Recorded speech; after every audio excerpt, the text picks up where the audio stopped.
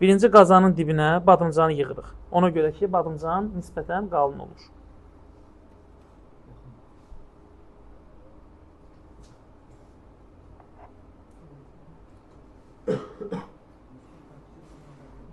Baxıram, çoxları TikTok səhifəsinə falan yerləşdirəndən sonra rəy bildirirlər ki, aşbazlar əlcəkdən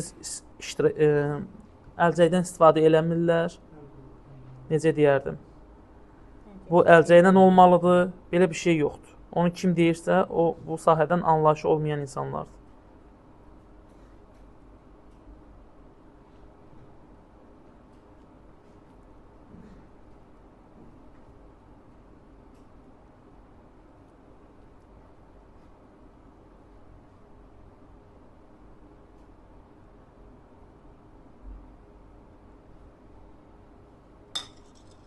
Baxın, səliqəli şəkildə doldurduq, forma verdik, yerləşdiririk qazanın dibinə.